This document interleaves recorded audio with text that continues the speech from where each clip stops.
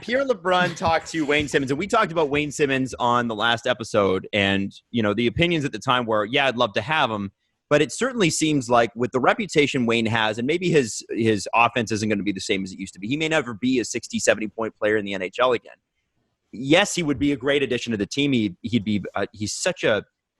a good team person. First off, he's been there before with many teams. Like, he's played on some really great LA teams and then some really great Philadelphia teams and some not so good ones. And always is known as tough, mean, not a fun guy to play against. And that's the thing, Steve, you always mention, is that the Leafs are too fun and too easy to play against. You should really dread coming to Toronto, and teams don't. They don't. You need to keep. Sorry, go. You need to keep your head up when Kyle Clifford is on the ice, but he's not a pain in the ass. They need a pain in the ass. Probably 2 or 3 pain in the ass. Probably 2 or 3. But one thing about Wayne is it's after every whistle too. It's not in between the whistles. He's just going to wear on you all the time. And now we're talking about prime Wayne Simmonds, though. We don't know what we have with him. And this is why I'm worried about the Leafs committing big money to him. And I think most NHL teams are worried about committing big money to Wayne Simmonds. But what I tweeted was, what if, because we know being close to home is important to him. That's why he lives in Aurora.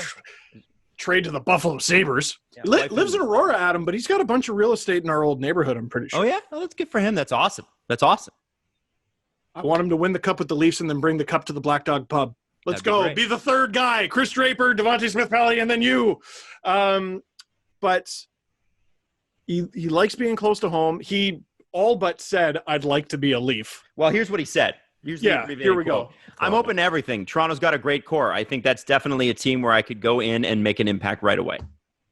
He's right. Come on. How many guys talk like that? Right. So when you don't want to go somewhere. Who compliments the other team? Come on. I don't think he's saying that about the Arizona Coyotes. Right. No offense, Arizona. And everyone in his life, everyone in our old neighborhood is like, Wayne, come play for the Leafs. Everybody I know that. His friends are Leaf fans. We know this for fact. Mm-hmm. Like, they're Leaf fans. Wayne, come home. Come play for the Leafs. Yep. But I wonder if the Leafs are interested, which I kind of hope they are. We've been talking about Wayne Simmonds coming to the Leafs for a long time. I wonder if he looks at it and the Leafs look at it similarly to Tyler Ennis from a few years ago, where when the Leafs got him, I'm like, guy's kind of busted up, isn't he? But he came to Toronto because of their medical staff, amazing facilities, and their amazing medical staff and rehab staff. Now, Wayne, I'm trying to remember what it was. Was it in his abdomen? It was something that sounded very on his back as well, if I remember correctly. Take it from me, it's not fun. It's very not fun. But, and I mean, it's probably not as bad as Wayne Simmonds. But if that's not why we're smiling. Steve. What? Do you want to bring up Justin Fisher's tweet to you this evening? A couple of days ago. I do. Bring it up. I missed it. Oh, Adam, did you miss this? Bring it up. I didn't see this. What is it? This is Steve left. Steve left. Okay, so it's just our show now. What happened? Show the tweet. Oh, hold on. Let me just pull it up so I don't. Oh, do you not have the tweet prepared that you brought up? You guys are bullies. Here, while Jesse's preparing that tweet, can I give free advertising to Theragun? I just got this in the mail today. It's a massager. Steve's going to do is pulverize his back into submission. Yep. It's a good idea. So I'm going to read this tweet from our dear friend, Justin Fisher. One of the funniest Twitter followers in the world, man. He's amazing. He says, shit. You might think there's nothing Steve Dangle likes to talk about more than hockey, but you'd be wrong. He loves to talk about his sore back. I got the Theragun because he sent me the link. And if you know Steve, you know that tweet is factual information. Yeah. Hey, ask Steve. Steve, you ever been to a rehab clinic for that back? No, Adam, I've never been to your friggin' witch doctor 5 cities away from me. So I have a bad jaw, which was from my bad back. Yeah, that's the same. And so what I thought happened? it was from your thumb, you liar. It was from my thumb too. So what happened was I cut my thumb when I was 14. You got a magical ass jaw. What the Anybody that's in physical therapy would be able to explain this better than I would. But essentially, because I damaged nerve endings here, it led to some issues in my neck, in my back, and in my jaw. I went to the doctor. I did a whole bunch of things. Like he obviously loosened me up. He put I did acupuncture and he'd electrify it too, and broke up all the tissue. And I had headaches every day for 10 years, right up until this January. I have not gone since COVID started mid-March. I think I did 2 a week for 6 or 7 weeks, and I have not had an issue since.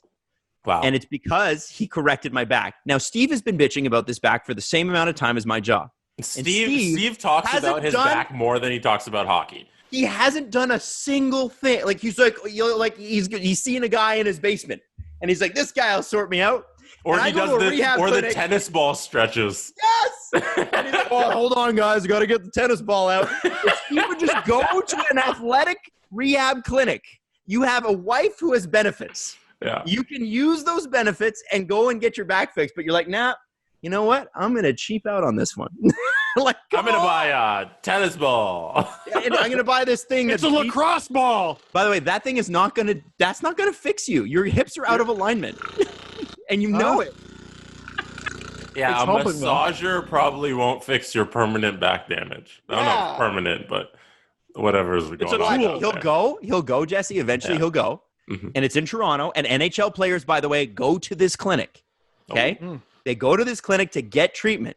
If Steve goes, and he goes for 5 or 6 weeks, I can guarantee he's going to see results. And I'm not even going to say the clinic because that's not important. It's not. And he will be like, wow, that was great. I can't believe I didn't go earlier. But he refuses to go because it's in Toronto and because that's too far. Now, if my back was hurting, there'd be no bridge too far. I would drive all the way from Oshawa. All the way. But Steve's like, I'm used to it now. Steve, you have the floor. Anyway. We will shut up. What do you think about your back? Oh, yeah. Adam, I would definitely do this. Adam's great at theoretical travel. You're so good at theoretical commuting. Friggin' stapled to Toronto for the rest of his life. Yeah. You love it. Adam, what else would you do if the mean man were there? If I were there, you know what I would have said? Can I defend Adam here? Yeah. As he laughs? Yeah. Adam, I bet you got all kinds of lines for guys in traffic. Adam does do frequent travels to Perth, Ontario, where he has family. Yes. Every couple of weekends, he does take that, was it 2 hours? 3.5. 3.5 hour drive, Steven. That's right. I go to my dad and stepmom are in Smith Falls.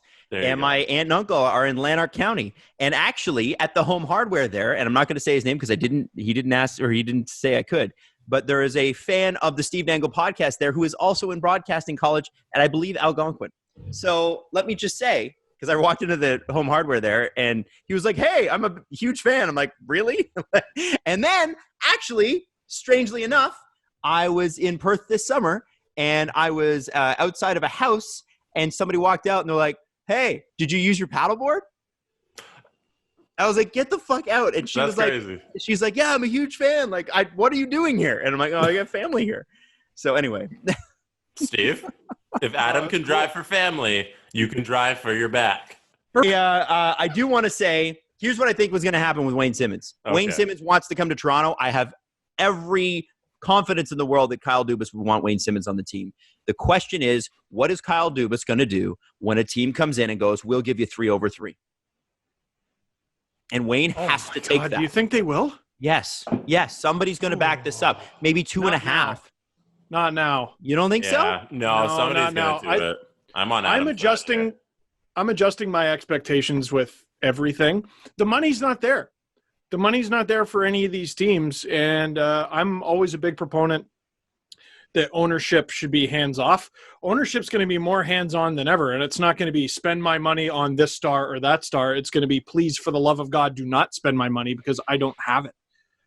I think that's what it's going to be. Also, sidebar with the Leafs, The only defense of like the Marner contract, for example, that I've had, the Nylander contract, the Matthews contract, the Marner contract, what's okay about them is that they're longer. So people kept bringing up the Braden Point contract. Well, once those 3 years are up, then he's going to get paid. And Besser and all those guys who took those 3 years deal, no, they're not.